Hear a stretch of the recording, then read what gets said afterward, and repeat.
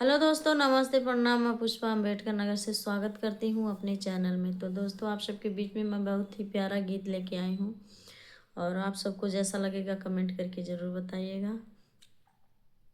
अकबरपुर सहारिया में सोनर क दुकनिया, सोनरा गढ़ेला झूलनिया, सोनरा गढ़ेला नाथुनिया।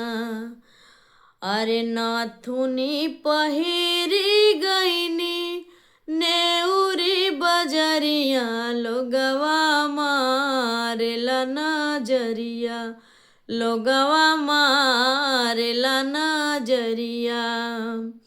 अरे काहे के लोगवा हो मारेला नजरिया, घर ही बाट हो मोर संवरिया, घर ही बाट हो संवरिया।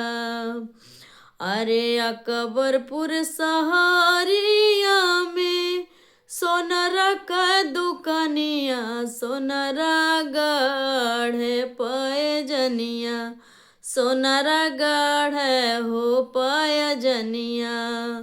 अरे पैजन पहिरी गईनी, अरे नेउरी के बजरिया, लोगवा मार हो नजरिया, लोगवा मार हो नजरिया।